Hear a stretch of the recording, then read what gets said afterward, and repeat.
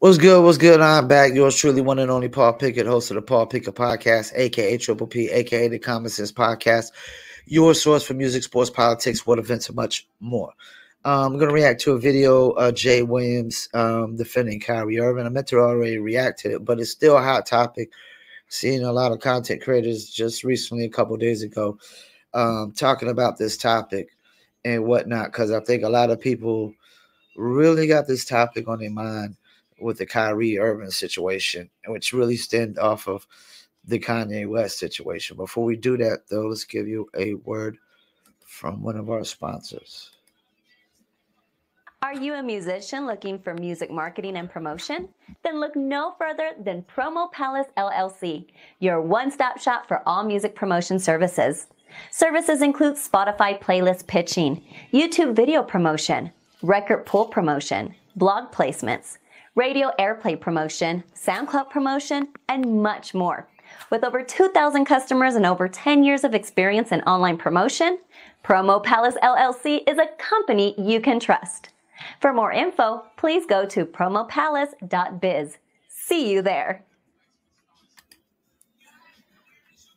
You heard the beautiful lady, Need Online Marketing Promotions. Check us out, promopalace.biz. Also, we have the New Litter apparel there as well for all you dog lovers and cat lovers. You can get your t-shirts and hoodies with dogs and cats on them. New Litter apparel for all dogs and cat lovers. Go to promopalace.biz. Click on merchandise. We got t-shirts, hoodies, and much, much more. Also, don't forget, you got the Dizzle brand t-shirts. Go to dizzlebrand.com. and whatnot. And we got Etsy shops for both of them. Etsy.com/shop/Dizzle brand for the Dizzle brand merch, and Etsy.com/shop/New Litter Design. That's Etsy.com/shop/New Litter Design. So let's get into it.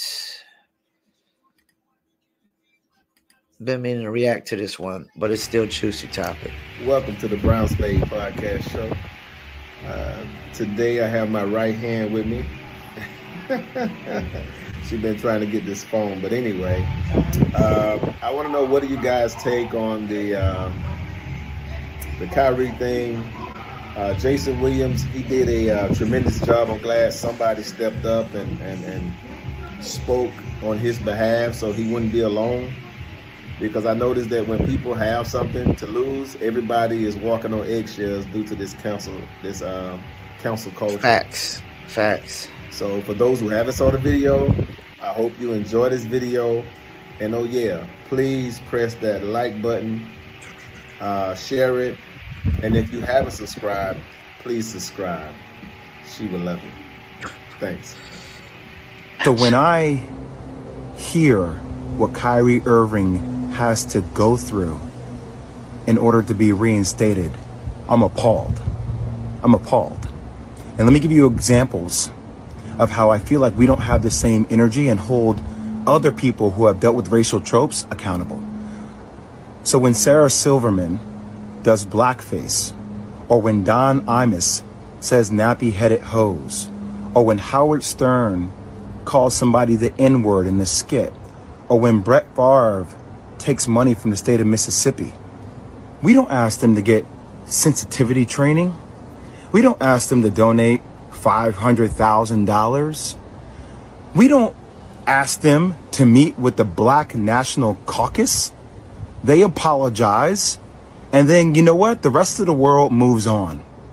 But what I feel like is happening here, and that's how in the Black community, like, we've been told that's how the process works, right?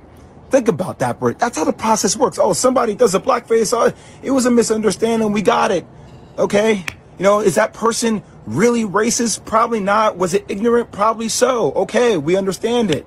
We move forward. We don't like it. We would love to hold them accountable. But society, and having a lot of Black people in positions of power, we don't have the governability to do that.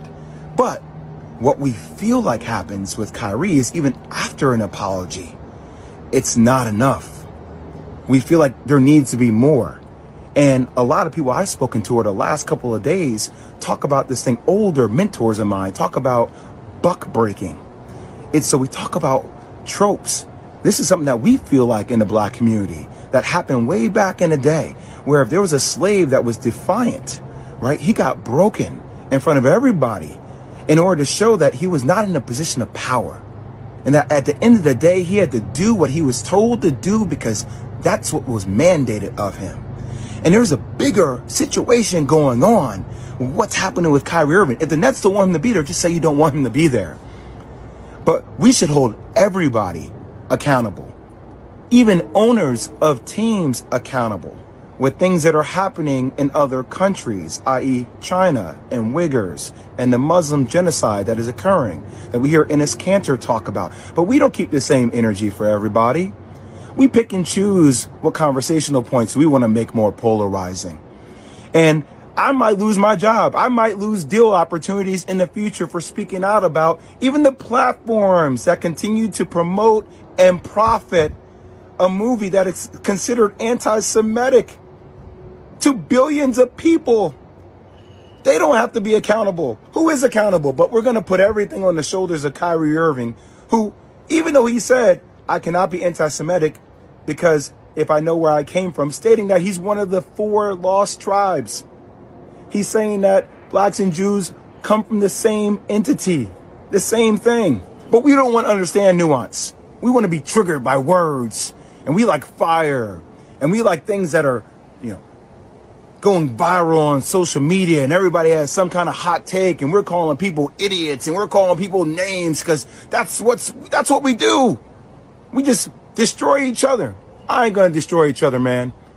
I'm not gonna do that. Is Kyrie Irving anti-Semitic? Hell no. Could he have gone about it maybe a different way? That's what I would have advised him to do. But I'm not gonna let you guys sit out here and make this dude out to be like he is a villain, like he is a bad person. He is looking to explore his heritage. Now, you can crucify me if you want. I don't give a damn anymore. It's time for people to start speaking out with nuance. All right, so just to give y'all some context, I'm a Tar Heel fan. Do I agree with what former Duke Blue Devil Jay Williams just said right there? Yes, 1,000%. I want to touch on a few things. Like he said, Kyrie might have been ignorant to, what was in the video, whatnot. Like, this is the thing I realized.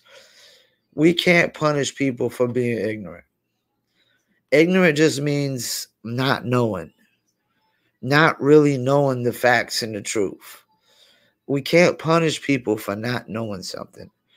And we're doing that.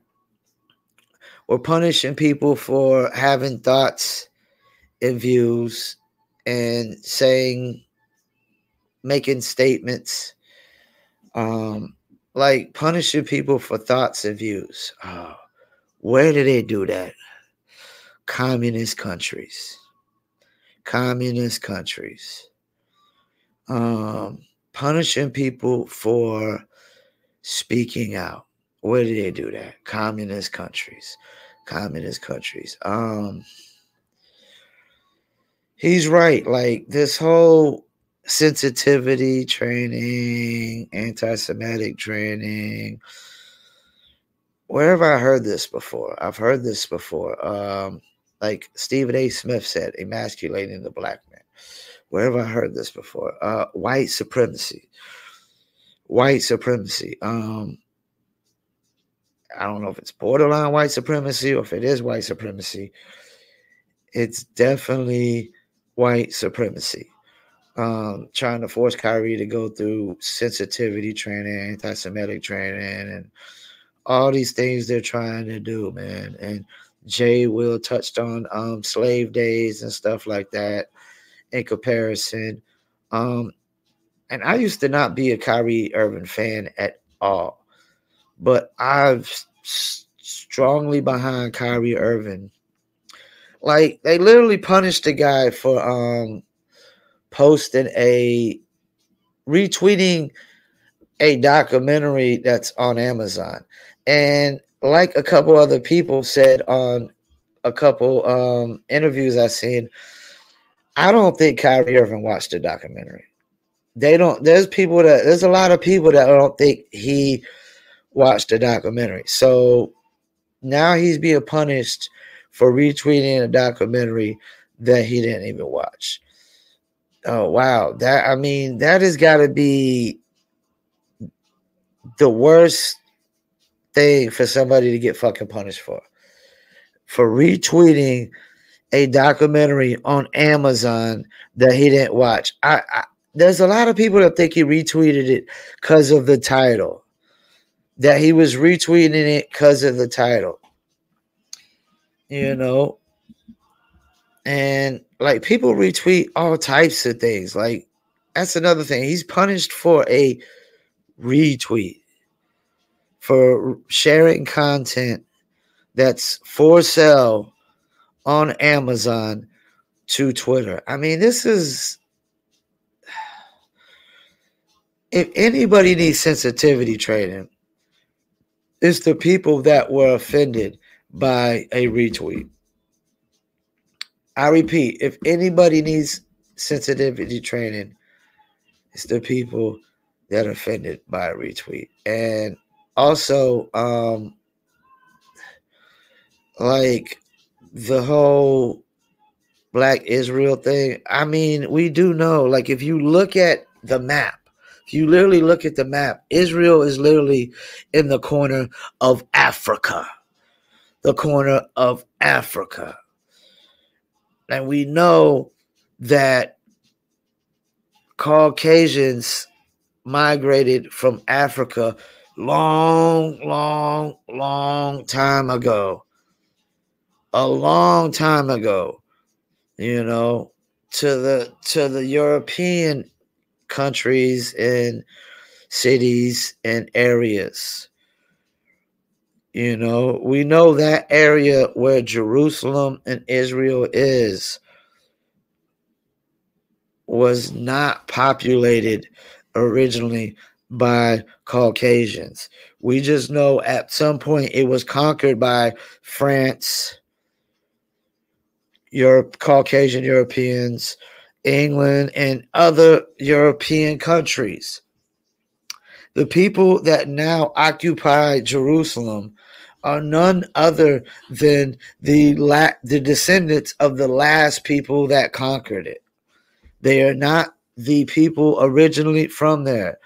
And if you go from biblical perspective, King David conquered Jerusalem first, it says, in 1000 BC. King David was Hebrew. Hebrew was not Caucasian.